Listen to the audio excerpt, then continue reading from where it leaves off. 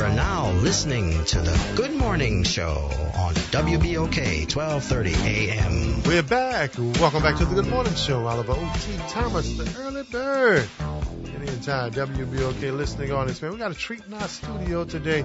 We've dealt with some heavy, hard-hitting projects, man, topics, issues that have had some real strong feelings on both sides. And we want to thank Past Brista for kind of breaking it up with some good updates about the good things happening in St. Tammany. And we're going to talk to a couple of newsmen, publishers of the Uptown Messenger and the Gentilly Messenger, Robert Morris and Tyree Worthy. Welcome to the Good Morning Show. Thanks so much. The rise of fake... I can't say that. The rise of fake news in the 21st century, you guys. I've been watching national news lately. I saw the report on MSNBC, other national media outlets, that this has really been a big topic the last week or so. Oh, yeah. We've seen a lot of discussion about how these sort of fake news sites are creating disinformation, misinformation that may have influenced the election. We certainly saw in D.C. the pizzeria that got shot up by someone who believed some fake news story he saw. And those same groups are now targeting another pizzeria. Even after the man shot up the pizzeria in D.C., they got another one in Brooklyn. But let's talk about the purpose of the Uptown Messenger and the Gentilly Messenger, because in New Orleans, it's like Peyton Place Central. This is like a soap opera with festivals. Right. So there's always Tyree. There's always so you got to double and triple check here, right? Right, definitely, man. There's so much. There's so many things going on. Right. But for Uptown Messenger, Gentilly Messenger, and especially Mid-City as well, we want to bring community-level news to the community. Right. So it's from the community, by the community, about the community. Right. That's the purpose of it. Jeff Thomas, who's the publisher of Think504.com, he says, people send him stuff all the time, right? Uh-huh. And sometimes it sounds so good, right? He'd be wanting to run with it, and then he'd be realize, man, that ain't possible. Right. So he's actually, it's as in-depth as he likes to be. It's made him have to be a lot more cautious about what stories he runs with. Robert, talk about the extra level of burden is, especially as a newsman and publisher, that is put on you now. Yeah, well, when you work in a newsroom, one thing the public doesn't understand is a lot of your job is deciding what not to write, in the sense that you get those crazy things people call in and say, and you check it out, and you go and you look at the sources, and then you find out, what?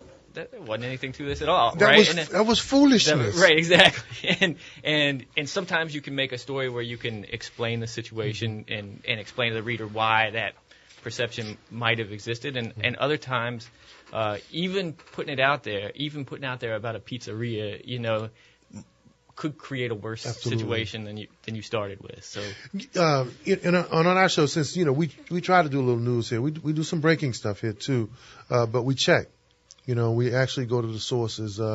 We do what a lot of media outlets don't do today. When I talk to folk like Camille Whitworth and Norman Robinson and veterans of the news, they'll tell you it's a little different right now, the level of homework that has to happen.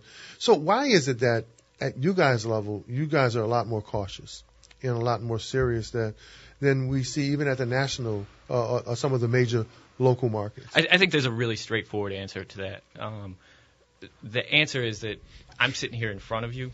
If I write, we were just talking a moment ago about the forum that I attended that you moderated. Right.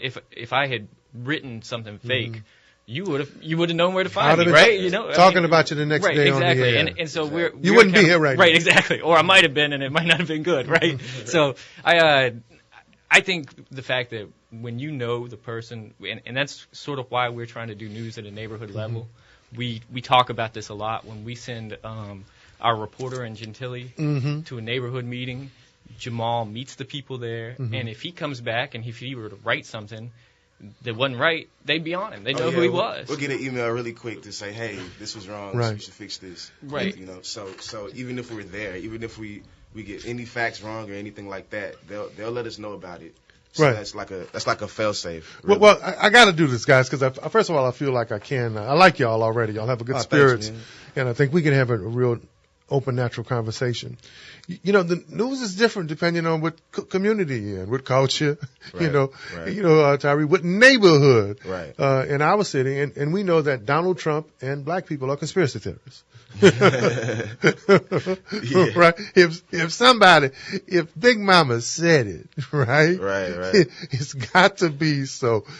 Let's talk about some of the cultural differences and some where we have to be careful, especially when you're in different communities, because we're having fun with it, but that's important too. Right. Definitely. Well, I think for Uptown, Because what you are, if you're doing a story on 7 Ward hard hitters, that's a little different from Miss Bessie's Tea Party uptown on St. Charles. Right. There's a different level of facts there. Yeah, definitely. Well, so far in Gentilly, we've covered mostly school stuff, non-flood stuff, and then the university stuff. So UNO, Dillard, Right. SUNO. We haven't really touched the residents as we want to, but we definitely see a difference in community. Like there's way more residential places versus commercial in Gentilly, so there's more of a neighborhood feel versus Uptown. Right.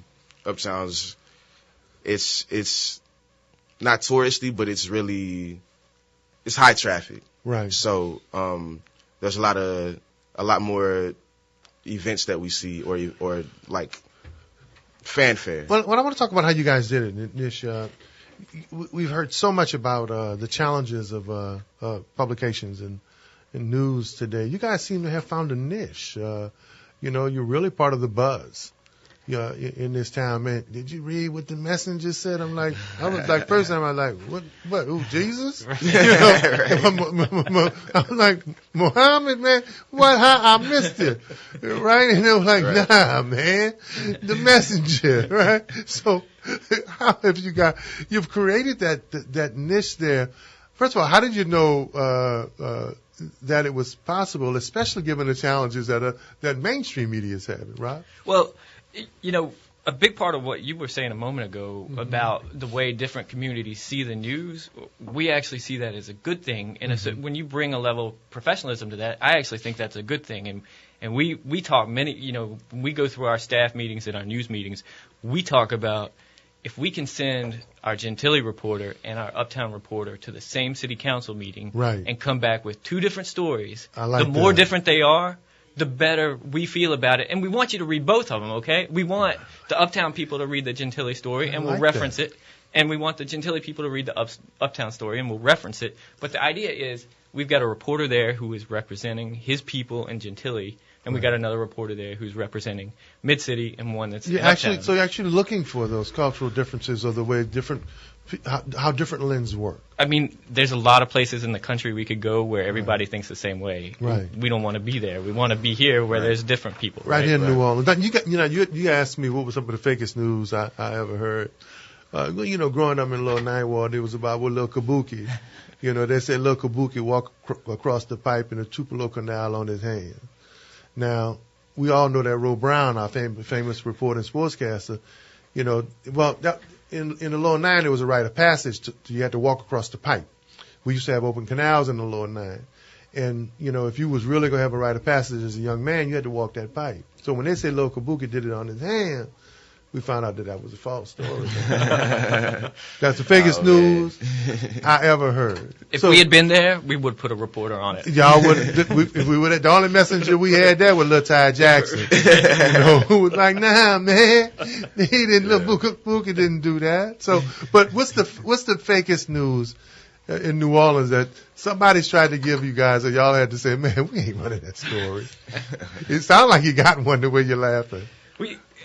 Sometimes I think the other thing we were talking about before was that in New Orleans, the real news would sound fake anywhere else, and I'm just thinking, like, I was thinking that. Not even too long ago, I got a call about some guys digging up a house, and they found a human jawbone underneath it in a red velvet bag in a specially constructed box. And I got over there, and I thought, man, it wasn't too far from where I was. I thought, I'll go see. I got over there, and the construction guys were like, no, we really found it. And then I went to... It was true. It was true. It was a human jawbone. We wrote about it, right? Right. And it was a human jawbone. And so then I went to the homeowner. Nice lady, you know. She lived next door. She was like trying to dig up the lot for her mom or something like that. To find her mom? And I think her mom was going to go live there. And I said, Right. how do you feel about the fact that there's a human jawbone in a red satin velvet bag, you know, like buried under your yard? And she was like, well, it's just the kind of thing that happens here, you know. Now, what would have been really news is if that would have been the mom's jawbone. Right. Yeah, right. 504-260-9265. Line 1, line 2, lines are lit up, man.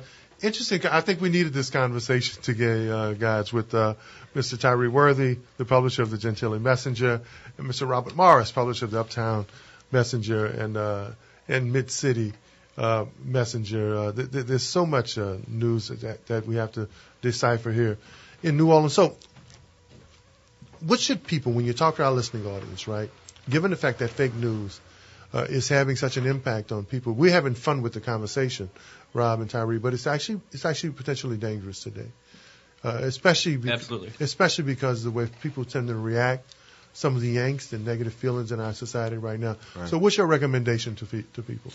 For one, check your sources. So whenever you see something, a lot of things are clickbait, and a lot of things are just they're looking for people to click on things just so they can get views, so they can get advertising money.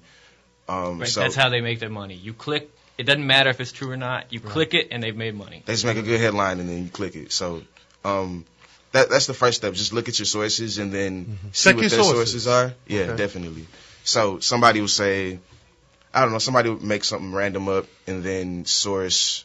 They'll just say like a random doctor said so, or some person that you can't really follow. There's no like breadcrumb trail. Okay. That'll be my first thought. Okay, so once you check your sources, then what? Well, you know, one thing I would say is you want to. It's when you check your sources, you can actually Google the name of the news site, you know, and to you find Google out if anything it's today. right. So don't you read the article, and I got to say too. The use of social media to spread the news is not a bad thing. That's how we got started, because there was nobody out there saying read the Uptown Messenger. Like, we didn't have advertising on billboards that said read the Uptown Messenger. It was people in the neighborhoods sharing us through social media. Right. That's the social media is not the problem. It's you need to check what you're getting from your social media, right? And so check the name of the site, Google it, and see if someone else has written about it, someone else is citing it somewhere else. Right. I think that's an extremely important way to do it. We actually do have fake news sites in New Orleans. Now, they're intended to be humorous, right? They're supposed to be like The Onion, where sometimes they'll write about that's like some Chris Rose stuff to me, right? and they're trying to be funny, but I've seen it happen where they'll write something like the city council is going to ban the use of newspapers for crawfish boils, and it's funny, you know, if you think, but then if it catches you off guard, you might think, what's the city council doing with these crawfish, you know? And so Google the place and just see, and chances are you can find out that way. Well, if it's fake or not. We know nationally there's some tragedy around fake news, and then potentially, especially with this pizzeria, that type of fake news is real serious. Right. It is scary to think about. I think for a reporter, it also increases the burden on you to make sure that when you are chasing something down, when you're going and looking for a story, you know, looking into something you've heard, I want to make sure that what I've written is 100% solid gold true. Right. Because if I've gotten it wrong, you're right. You talked about the way people are reacting to things right now. I mean, I don't want that on me to have a guy going in and shooting up a pizzeria because of something I wrote that was wrong, right? You know. But I would think, you know, and you were saying earlier, we were joking, but I think you were right about the diversity of news options here in this city. You know, New Orleans is a little different. Each neighborhood could bring you a whole nother level of news here, whether it's cultural, social, whether it's crime, tourism, economic news. each section of the town has its own level of news, Tyree. Right. Yeah. I think what's special about our city and the many avenues and many sources of news, for us personally, it makes us stick to our journalism, our ethical standards, our quality standards, and just to make sure that we're putting out the best quality and the best stuff that we can do, just in case we're not your favorite news source, So if we're putting out trash, you can easily go to 2 or 3 other sources for your information. So we try to stick to keeping the best quality stuff, telling you what you need to know, what you'd like to know. As community members ourselves, we know what community members want to hear. We know what's interesting to us, and we want to make sure that our neighbors know what's going on. Man, I got a great text from Brother Kashif. Brother Hakim Kashif, one of the top intervention specialists in the world today out there. Listen, so it's saying, great show. When we come back, we're going to talk a little more about not only fake news, but some of the news that's happening right now. And as newsmen, how do our messenger brothers see it? After the break. Thanks. Talk radio heard around the globe. New Orleans owned WBOK 1230 AM and WBOK1230AM.com. Real talk for real times.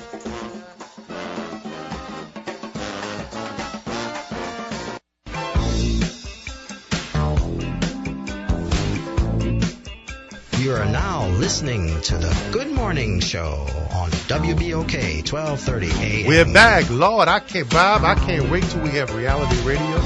With all of those, oh my goodness, well, we'd have been in such good trouble. With the Tyree, we'd have been in such good trouble, Lord, today.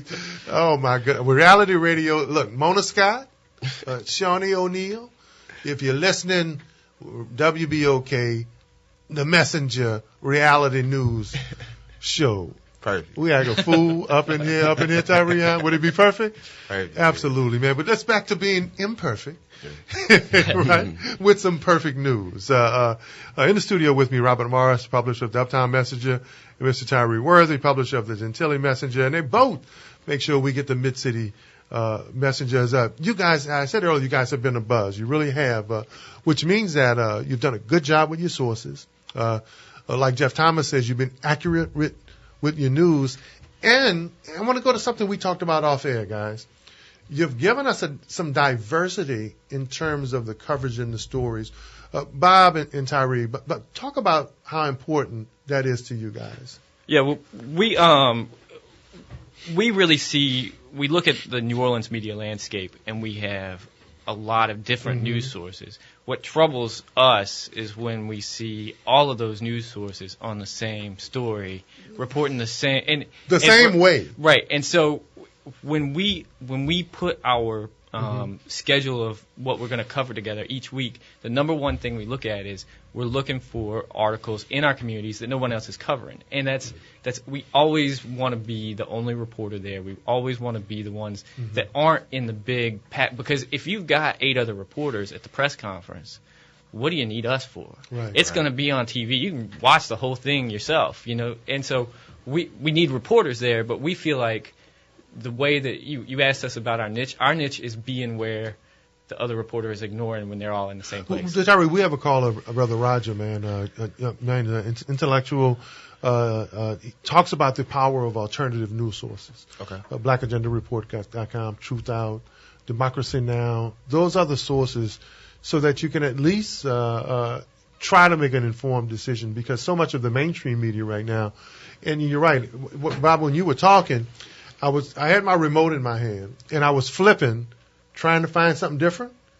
And when I flipped it from 4 to 6 to 8, they were all leading off or had the same topic at the same time. Right. Tyree, y'all trying to break that mold. Y'all have broken that mold. Yeah, man. Of course. We if honestly, in my opinion, if there's an event or something that everybody's going to be at, I feel like we should be somewhere else.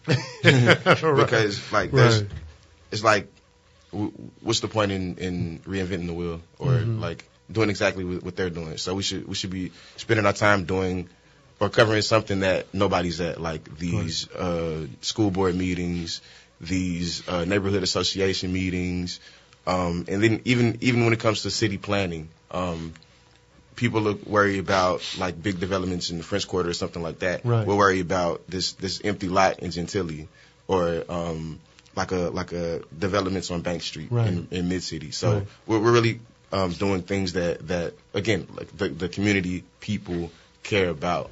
So, Robert, when I talked to one of the, especially the great newsmen here, folk who broke like stories about the Algiers 7, who gosh, during the crack wars, he covered when New Orleans had the 400, 300 murder rates. I'm talking about Norman Robinson. When I talked to him, he talks about sources, right? And he says, and you and I were talking about, you named some people in this community who they're under every rock, right? They're behind every tree. They knows people. They knows people, right? That's like my auntie, man. I knows people, right? Yeah. That's nine word, y'all. Excuse me, I'll be proper. They know people, right? And how important are sources, and why don't we get that level of depth that Norman talks about anymore? Well, Norman's a great example, again, of why you don't want us at every major event. We do have some good reporters in the city, right? Well, he's retired. He's retired. But the guys who are covering the Will Smith trial right now, there's some good court reporters over there, right? Do you really need us over there? So what we think is we try, when we get in the habit of being where nobody else is, that's when you meet these sources. That's when you meet these people who are on the ground, and that's when in Gentilly, Jamal is talking to the people who are on the boards that you never hear about. They're the ones that are looking at the numbers that nobody else ever sees, and they're talking to us. And that's where, same thing with the police. We don't, Chief Harrison doesn't call me up. But I talk to a lot of police officers, the guys that have officer in front of their name, right? And that's where we come from when we're trying to build our story. So, I think that's why when you read us, it oftentimes feels different, because we're coming from that different ground up perspective instead of from the top down. So when you, if you could share with our listening audience right now, the major difference between mainstream media today and what alternative sources like yourselves are offering, what are those one or two things or three things that you could tell our listening audience? The first thing I would want to say is we actually, what we have in common is we really do believe in sort of a traditional sense of the values of journalism, and I wouldn't want that to get lost when we talk about the differences. Robert, I want you to stop you there because in both of you all, you guys have a good time with this. There's a sense of integrity that you guys have, and when I talk to a lot of people in this business right now, especially folks who do what you guys do, they see that there seems to be a loss of ethics and integrity in terms of the news. I didn't mean to cut you off, but I want you to expound on that.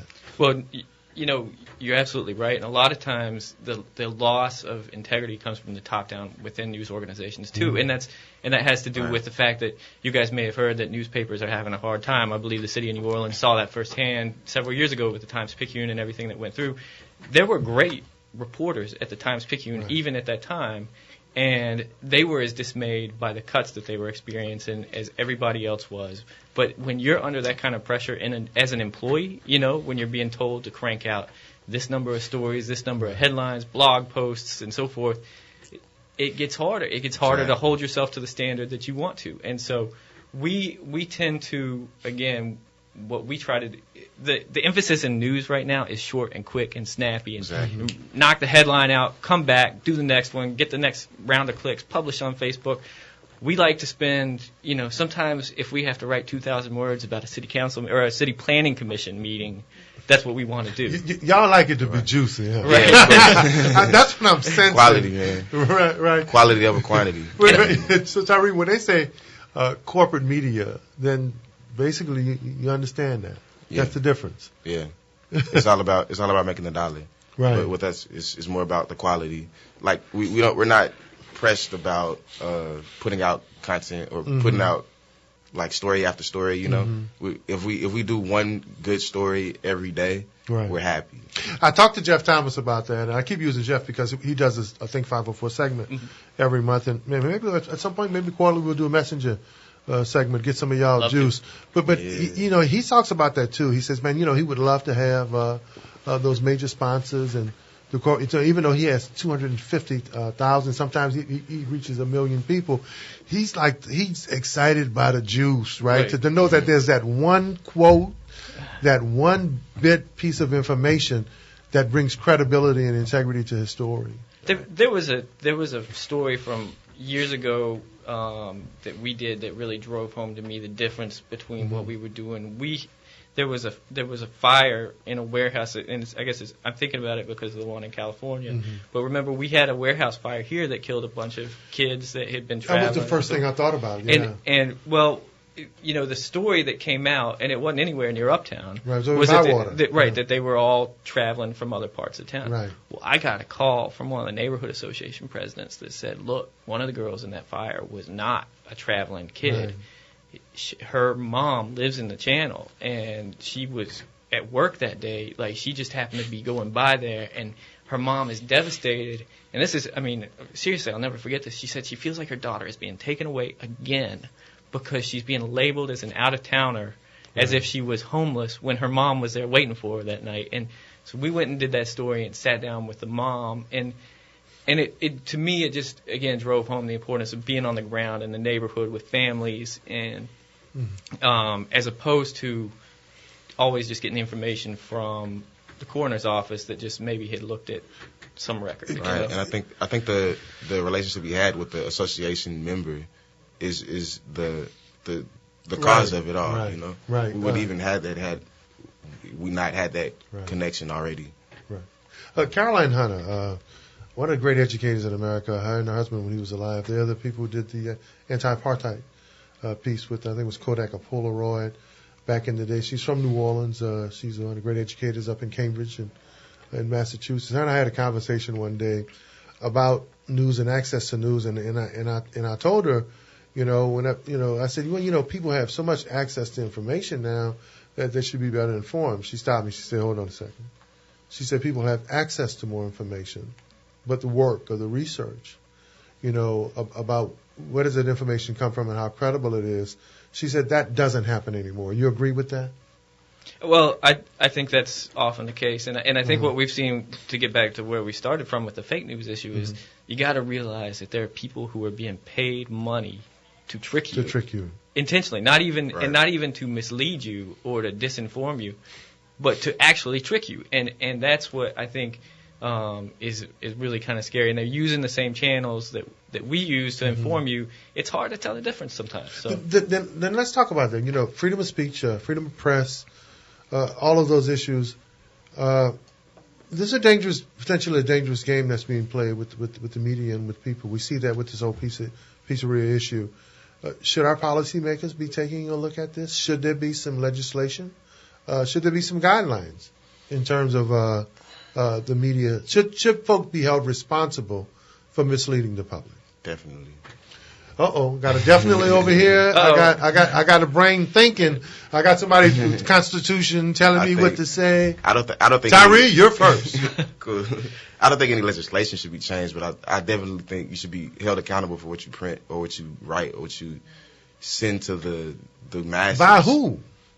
That's a good question. That's a whole other by question. The public, right? Okay. I mean, in a sense, and right. So when you ask, should there be legislation? Should we be restricting what can be printed or punishing? That gets pretty scary. You don't want Big Brother in your business. I mean, it's not Big Brother. Donald Trump has already said he's going to use antitrust laws to punish the Washington Post for unfavorable coverage. Antitrust laws against Amazon.com, who owns the Washington Post, to punish them for unfavorable news coverage. Gotcha. That's terrifying, right? As a journalist, we're terrified by that. Should we as journalists be held accountable? Absolutely. But we should be held accountable by our readers, and you can only do that if you know who we are. Right. You got to know who Robert Morris is. You got to know who Tyree Worthy is. You got to know who Jamal Melanson is, and you got to be able to tell us. And how you do that on the national level, and not even just on the national level, because these fake news stories are being pumped out of Eastern Europe. I mean, we've seen the Russians are coming. Right. Right. how you hold those people accountable, I think it's by not clicking unless be judicious with the clicks that you give on Facebook, right? Because that is currency now. They are getting paid per click. So you look when you see it come up in your stream. Before you click it, before you share it, think about it. Do I know who it is? Is it really important? Right. And if it's about, how they get you too? The same site that'll do the fake news about the pizzeria will also have some celebrity gossip on there too. And I might want to go look at it, but you got to think Michael Jordan says LeBron and Curry are juice. right. You click that, you're supporting that same machine that was misinforming you during the election. And I think that's where you want to be so careful is thinking about who do you support with your readership. And I would say come back to who you know. And if it's important, if it sounds important, if it really sounds like this could be something major I need to get, and you're not familiar with the source, go look at it, but check your source. And if they've tricked you, don't ever let them do it again. How can people be in line with the Messenger? How can they access it? Where can they Google or get your information? GentiliMessenger.com, UptownMessenger.com, okay. MidCityMessenger.com. Easy. They all have, pretty easy. Huh? We all have email subscribers or subscription lists, Facebooks, Twitters. Okay. So all social. We like to do breaking news here on the Good Morning Show. Yesterday we had George Tucker.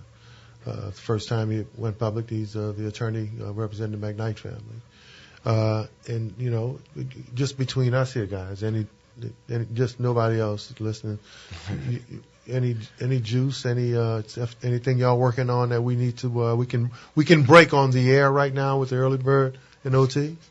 We talked about this yesterday. We have not, that's in Jefferson Parish, and that's one way that we do what we do is by sticking to our own coverage areas, right? That the Gentilly reporter stays in Gentilly and I stay in Uptown and so forth and so on. So we haven't done anything firsthand. However, we do have some opinion columnists. And what I thought you was going to say that Al Sharpton and New Norman are having lunch today. And well, you heard about that? If they do it on Tank Jamal, I'm being up. Tyree said, but you heard about that? Right. If they have lunch at the Munch Factory, Jamal will be there. Right. Got it. What I found interesting was this week. We have these opinion columnists that send us in opinions, and they all come from different perspectives, and we've got one guy in Uptown named Owen Courageous who is a very, I would say very conservative, but especially a very libertarian-leaning columnist. And what was his column? Where's the charges? And I think there's a whole range of people wondering what is the difference here, and it kind of makes me surprised that Newell Norman's not more sensitive to that. We got a minute left, guys. Guys, I know we could go on. Hopefully y'all will come back. Please. Yeah, please have us. At some point. As y'all look at the air, the angst in the air right now, as writers, as journalists, as responsible citizens, what do you tell our listening audience right now, man? Because we seem to have a whole lot of problems and a whole lot of divisions in our community. I'd start with you, Tyree. I'd say don't be reactionary. Don't jump to conclusions. Just really look at what you're reading, look at what you're seeing, make your own opinion of it all, and check your sources, of course. Just be mindful of your actions and how you interpret what you're seeing. Robert, I'll ask you a different question then. The people in your business, they have a responsibility to help us in terms of our discussions and how we get along, or are they hurting that right now?